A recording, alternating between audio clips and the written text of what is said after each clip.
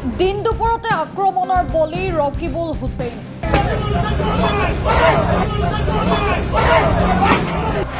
মুখত কলা কাপোৰ বান্ধি অহা দুৰ্বৃত্তৰ আক্ৰমণৰ বলি হ'ল ৰকিবুল হুছেইন আৰু তেওঁৰ পুত্ৰ।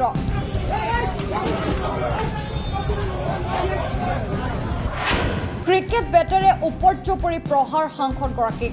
এই দৃশ্যলৈ মন কৰক। দৃশ্য ৰূপহীহাটৰ নতুন বজাৰত সংঘটিত হয় এক অভাৱনীয় পৰিস্থিতি। কংগ্ৰেছৰ কৰ্মীৰে সভালৈ বাইকেৰে গৈ আছিল সাংসদ ৰকিবুল হুছেইন আৰু তেওঁৰ পুত্ৰ তানজিল হুছেইন। ঠিক তেনে সময়তে ভিৰৰ মাজৰ পৰা হাতত ক্ৰিকেট বেট লৈ কেইজনমান যুৱকে আক্ৰমণৰ লক্ষ্য কৰি লয় সাংসদ ৰকিবুল হুছেইন আৰু তেওঁৰ পুত্ৰক। লগতে উঠি অহা বাইকখনৰো ক্ষতি সাধন কৰে। ইমানতে শান্ত নাথাকিল আক্ৰমণকাৰী। সাংসদগৰাকীৰ নিৰাপত্তাৰক্ষীও হৈ পৰে আক্ৰমণৰ লক্ষ্য।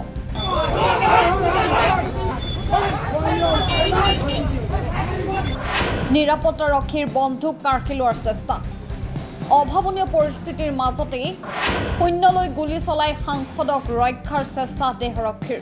পিছে কোনে কি কাৰণত আক্ৰমণৰ লক্ষ্য কৰি ল'লে কংগ্ৰেছৰ সভালৈ যোৱা সাংসদ ৰকিবুল হুছেইন আৰু তেওঁৰ পুত্ৰ তানজিল হুছেইনক?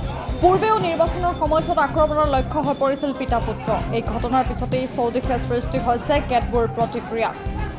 চিকিউৰিটিটো বোধহয় তেনেকেই দিছে, তেওঁলোকে দিছে, কাক দিব লাগে মই নাজানো। এজনৰ লগত একেবাৰে তেওঁ হেতাৰ ওপৰত লগাইছে। তেওঁৰ গুলিৰ শব্দও মই শুনিছোঁ, বোধহয় ওপৰলৈ দিছে। তাৰপিছতে আমাৰ যি তিনিখন আমাৰ মটৰচাইকেল আহিছিল, সেই মটৰচাইকেলখিনি স্কুটাৰখিনি আপোনাৰ ভাঙিছে। মই যেতিয়া তাৰপিছতো স্কুটাৰতে বহি আছোঁ, তাৰপিছত মোক তেওঁলোকে হত্যা কৰিবলৈ বিচাৰিছে, বিভিন্ন অস্ত্ৰৰে মোক মাৰিবলৈ বিচাৰিছে। এতিয়া মই এইবিলাক কথা নকওঁ আৰু মানুহৰ মন ভাঙিবলৈ বিভিন্ন ধৰণৰ অত্যাচাৰ কৰিছে। মই এতিয়াও কেছটো দিবলৈ যোৱা নাই। নিয়মতে এইটো চৌমতৰ কেছ তেওঁলোকে ল'বই লাগে। কোনে মাৰিছে এই কথাখিনি তেওঁলোকে নিজে দেখিও আছে। এইটো কথা এইটোৱেই যে মই মোৰ 4বাৰকৈ আক্ৰমণ কৰাৰ পিছত পুলিচে এটা এছেছমেণ্ট কৰে বছৰি যে কাক চিকিউৰিটি দিব লাগিব, কাক আপোনাৰ এস্কৰ্ট দিব লাগিব। সেই অনুপাতে যেতিয়া সৰ্বানন্দ সোণোৱাল ডাঙৰীয়া মুখ্যমন্ত্ৰী আছিল, মোৰ বিৰুদ্ধে আপোনাৰ বিভিন্ন ধৰণৰ ভিজিলেন্স কেছ লগাইছিল। কিন্তু তেওঁৰ দিনৰ ইণ্টেলিজেন্সে, তেওঁৰ পুলিচে গম পাইছিল যে মোক আক্ৰমণ কৰিব বহুতে। ইতিমধ্যে 4-5টা ৰেকৰ্ডে হৈছে আপোনাৰ পুলিচৰ। গতিকে মোক এস্কৰ্টখন আঁতৰোৱা নাছিল। আজি কেইদিনমানৰ আগত আপোনাৰ স্পীকাৰক জনোৱাৰ পিছত স্পীকাৰৰ এখন চিঠি দিয়া ৰেকৰ্ড মোৰ তাত আছে। মাজতে মোক তেওঁ এস্কৰ্ট দিলে, কিন্তু পিছত আকৌ এস্কৰ্টখন উঠাই দি আজিৰ তাৰিখটোৰ লগত ডাইৰেক্টলি মুখ্যমন্ত্ৰী জড়িত।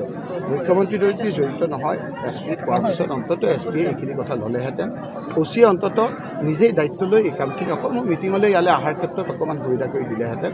গতিকে তেওঁ ভাবিছে যে একফালে গৌৰৱ গগৈক আক্ৰমণ কৰিছে, একফালে ভূপেন বৰাৰ পৰিয়ালক তেজপাত আদি কৰি পেলাই আপোনাৰ বিভিন্ন ধৰণেৰে তেওঁ আজি ষড়যন্ত্ৰ কৰিছে আৰু মোৰ মুভমেণ্টটো ৰেষ্ট্ৰিক্ট কৰিবলৈ বিচাৰিছে। আজি আপোনালোকে দেখিছে মই ধুবুৰীলৈ গৈছোঁ, তাতো কোচ ৰাজবংশী মানুহসকলে আহিছে, বিভিন্ন জাতি সম্প্ৰদায়ৰ লোকে আজি কংগ্ৰেছলৈ আগুৱাই আহিছে। আজিৰ তাৰিখটো বৰ গুৰুত্বপূৰ্ণ দিন। যদি মই জীয়াই থাকোঁ, বোধহয় মোক মাৰি পেলাব। যদি মই জীয়াই থাকোঁ, জীয়াই থকালৈকে মই মুখ্যমন্ত্ৰী হিমন্ত বিশ্ব শৰ্মাৰ কথাবিলাক ক'ম, আজিৰ পৰা আৰু বেছিকৈ ক'ম, ৰাইজৰ মাজত থাকিম। খালি আমি এটা কথা কৈছোঁ যে সকলোৰে মিলনেৰে থকাৰ কাৰণে, জাতি জনগোষ্ঠী সকলো মিলনৰ কাৰণে আমি যুঁজিম, সাহসেৰে যুঁজিম। মোক মাৰি পেলাই একেবাৰে উশাহ নিশাহ বন্ধ কৰাকৈ নামাৰালৈকে, উশাহ থকালৈকে মই ৰাইজৰ পক্ষত থাকি ৰাইজৰ লগত যুঁজিম। মই এটা সিদ্ধান্ত ল'ব লাগিব যে হিমন্ত বিশ্ব শৰ্মাৰ ভয়ত দেখুওৱা হৈ মই ঘৰৰ ভিতৰত সোমাই থাকিব লাগিব নে মই ৰাইজৰ ওচৰত থাকিব লাগিব। আজি মোক আক্ৰমণ কৰাৰ পাছতো মই ৰাইজৰ মাজলৈ আহিছোঁ। আপোনালোকে মোক বিচাৰি ইয়ালৈ আহিবলগীয়া হৈছে। এইকাৰণে মই কৈছোঁ যে কোনো ক্ষেত্ৰত মোক বাধা দি ৰাখিব নোৱাৰে। আজি মই কংগ্ৰেছৰ পতাকাৰ তলত থাকি মোক ৰাইজক সেৱা কৰাৰ কাৰণে মই প্ৰস্তুত। সেইকাৰণে মই আজি এই কথাখিনি আপোনালোকৰ যোগেদি ৰাইজক জনালোঁ। পুলিচৰ একশ্যন হয়নে নহয় আমি চাই লওঁ। ডাইৰেক্টলি এছ পি আৰু অ'চি জড়িত আৰু এই ক্ষেত্ৰত তেওঁলোকে যিকেইটা দুষ্কৃতিকাৰী আছে, সেই দুষ্কৃতিকাৰী কোনো ধৰণৰ একশ্যন নলয়। ভেৰিয়েবল অফেন্স বুলি কৈ পেলাই তেওঁলোকে এৰি দিব। গতিকে পুলিচকো কিবা আপোনাক কৈ পেলাই লাভ আছে বুলি মই নাভাবোঁ। এনেকৈ বহুতো কৈছোঁ।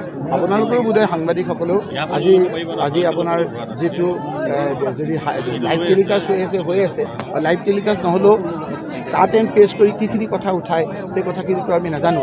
কিন্তু মোক এনেকৈ কৰাটো মই ভাবোঁ যে এইটো এটা হিমন্ত বিশ্ব শৰ্মাই যে ভয় খাইছে, সেইটো এটা জ্বলন্ত উদাহৰণ। ঘটনাৰ তাৎক্ষণিক প্ৰতিক্ৰিয়া আগবঢ়ালে মুখ্যমন্ত্ৰী হিমন্ত বিশ্ব শৰ্মাই। মই এটা সৰু ষ্টেটমেণ্ট পঢ়ি দিছোঁ। আজি দিনৰ 2:30 বজাত মাননীয় সংসদ ৰকিবুল হুছেইন ডাঙৰীয়াই ৰূপহী থানাৰ অন্তৰ্গত গুণামৰী গাঁৱলৈ গৈ থকা অৱস্থাত জনতাই তেখেতক বাধা প্ৰদান কৰে। তেতিয়া তেওঁৰ লগত থকা দেহৰক্ষী PSU এজনে চাৰিজাই ব্লেংক ফায়াৰ কৰে। কলা নে বগা মানিছে মই নাজানো, আৰু মানুহে হ'ব আৰু কলাই আক্ৰমণ কৰিলেতো কলা কাপোৰে ল'ব, আৰু কোনেনো CCTVত আহিবৰ কাৰণে বগা কাপোৰ পিন্ধি ল'ব। মই বুজিছো যে ৰূপহীয়া থানাত, ৰূপহীটো আমাৰ জেগাই নহয়, ৰূপহী চামুগুৰি তেওঁৰে জেগা। গতিকে তেখেতৰ জেগাত কোনোবাই তেওঁক আক্ৰমণ কৰিলেতো কলা কাপোৰ পিন্ধিয়ে ল'ব লাগিব, নহ'লে মুখখন দেখাই কোনে কৰিব? সেইটোতো সাধাৰণ প্ৰত্যেকজন মানুহে কৰে। কিন্তু পুলিচে লগে লগে গুলী চালনা কৰিলে। বৰ্তমান সংসদগৰাকীয়ে গুণাবৰী গাঁৱত মিটিং কৰি আছে আৰু SP তাতে নিজে উপস্থিত আছে, অৰ্থাৎ তেখেতৰ নিৰাপত্তাৰ সম্পূৰ্ণ ব্যৱস্থা SPয়ে নিজে ওপৰত থাকি কৰিছে। আৰু মই আপোনালোকক প্ৰতিশ্ৰুতি দিছোঁ যে ৰকিবুল হুছেইন নগাঁও চামুগুৰি ৰূপহীত গ'লে তেওঁক আমি চিকিউৰিটিটো আৰু অলপ বঢ়াই দিম। কাৰণ মই দেখা পাইছোঁ যে যোৱা এবছৰত কেইবাটাও ঘটনা এনেকুৱা হৈছে, চামুগুৰি ৰূপহীত গ'লেই কিবা নহয় কিবা এটা খেলি মেলি হয়। মই কাৰণটো ক'ব নাযাওঁ, but as a home minister I will ensure that he gets additional security when he visits Samuguri and Rupohi area. ধন্যবাদ। Thank you. মই এটা সৰু ষ্টেটমেণ্ট পঢ়ি দিছোঁ। আজি দিনৰ 2:30 বজাত মাননীয় সংসদ ৰকিবুল হুছেইন ডাঙৰীয়াই ৰূপহী থানাৰ অন্তৰ্গত গুণামৰী গাঁৱলৈ গৈ থকা অৱস্থাত জনতাই তেখেতক বাধা প্ৰদান কৰে। তেতিয়া তেওঁৰ লগত থকা দেহৰক্ষী PSU এজনে চাৰিজাই ব্লেংক ফায়াৰ কৰে। কলা নে বগা মানিছে মই নাজানো, আৰু মানুহে হ'ব আৰু কলাই আক্ৰমণ কৰিলেতো কলা কাপোৰে ল'ব, আৰু কোনেনো CCTVত আহিবৰ কাৰণে বগা কাপোৰ পিন্ধি ল'ব।